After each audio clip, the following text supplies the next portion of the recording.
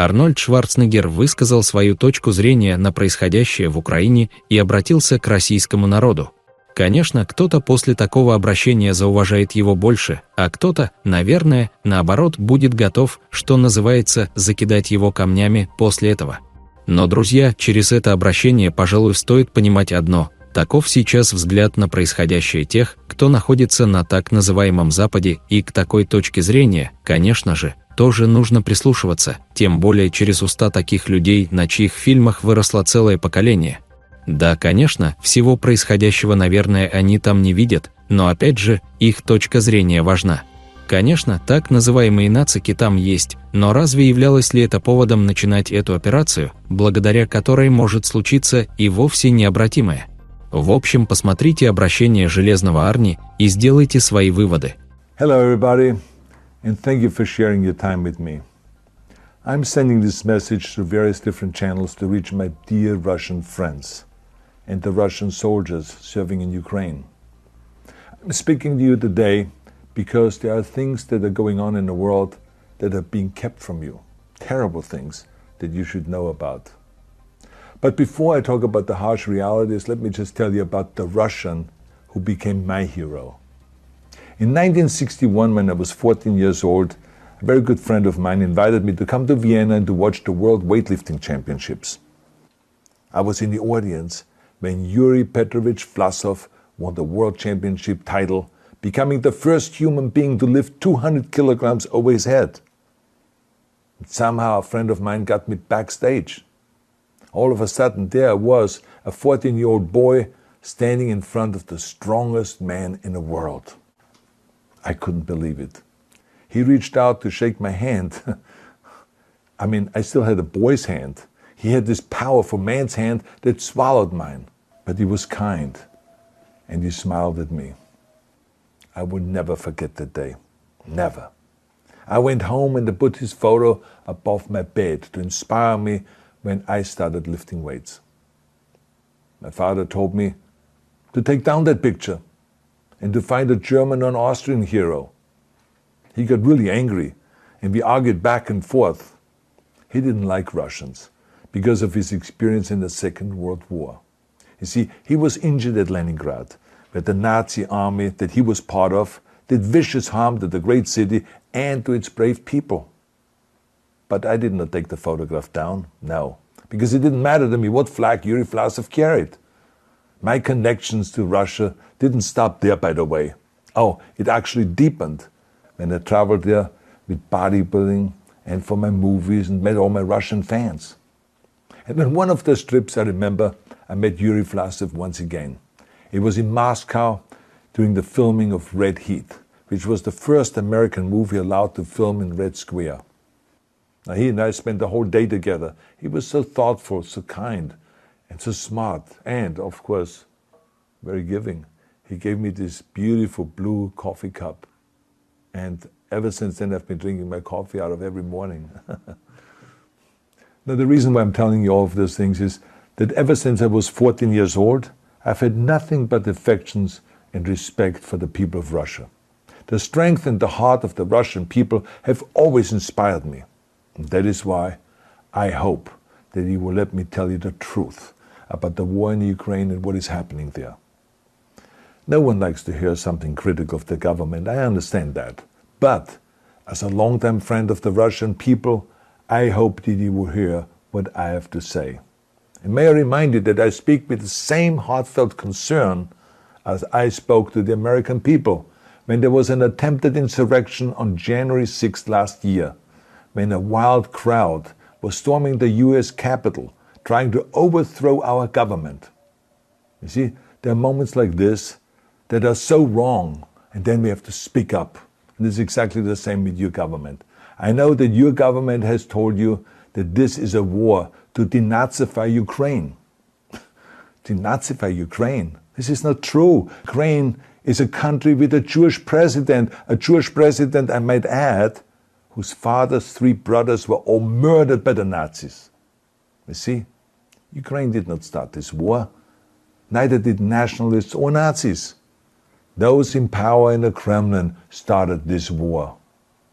This is not the Russian people's war. No. As a matter of fact, let me tell you, what you should know is that 141 nations at the UN voted that Russia was the aggressor and called for it to remove its troops immediately. Only 4 countries in the entire world voted with Russia. That is a fact. See, the world has turned against Russia because of its actions in Ukraine. Whole city blocks have been flattened by Russian artillery and bombs, including a children's hospital and a maternity hospital. 3 million Ukrainian refugees, mainly women, children, and elderly, fled their country, and many more are trying to seek to get out. It is a humanitarian crisis. Because of its brutality, Russia is now isolated from the society of nations. You're also not being told the truth about the consequences of this war on Russia itself. I regret to tell you that thousands of Russian soldiers that have been killed. They have been caught between Ukrainians fighting for their homeland and the Russian leadership fighting for conquest. Massive amounts of Russian equipment have been destroyed or abandoned. The destruction that Russian bombs are raining down upon innocent civilians has so outraged the world that the strongest global economic sanctions ever taken have been imposed on your country. Those who don't deserve it on both sides of the war will suffer.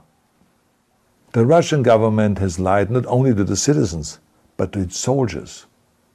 Some of the soldiers were told they were going to fight Nazis. Some were told that the Ukrainian people would greet them like heroes, and some were told that they were simply going on exercise. They didn't even know that they were going into war. And some were told that they were there to protect ethnic Russians in Ukraine. None of this is true.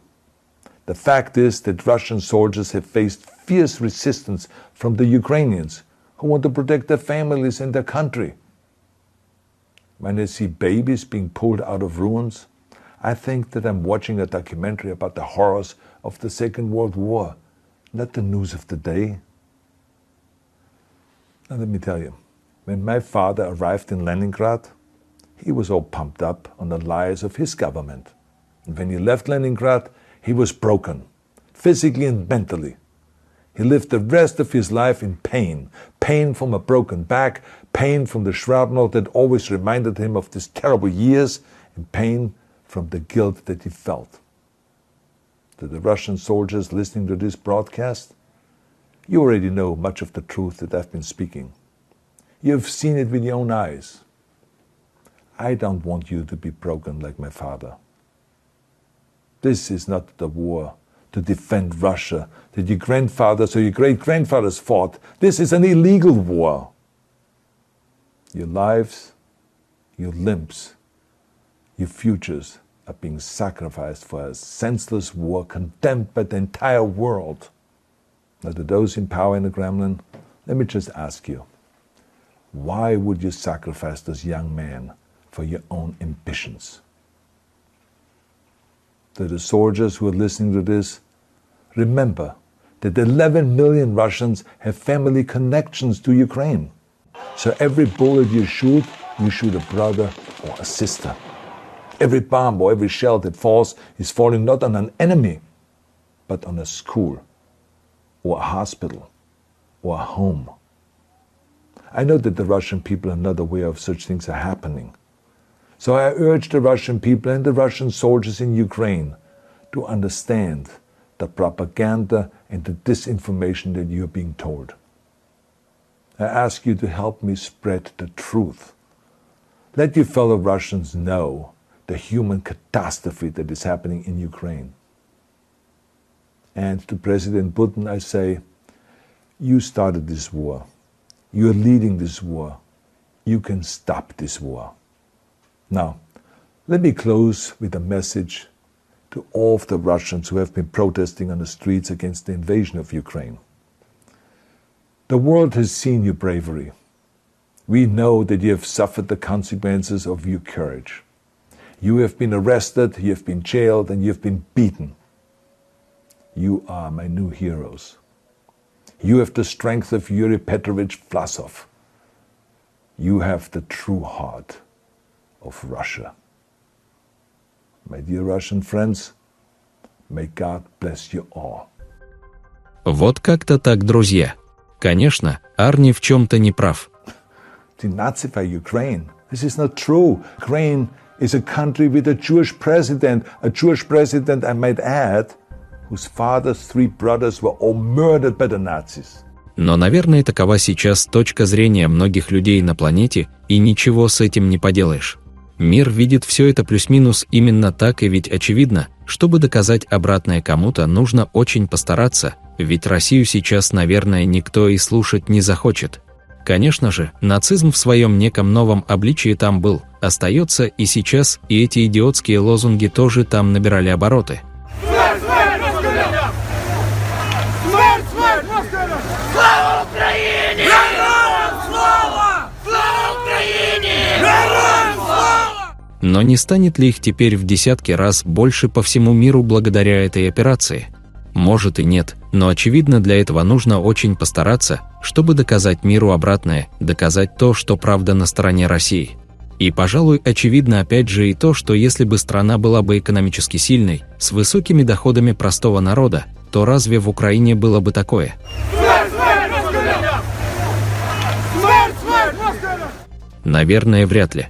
В этом случае там развивалось бы такое отношение к русским у ничтожной группы населения.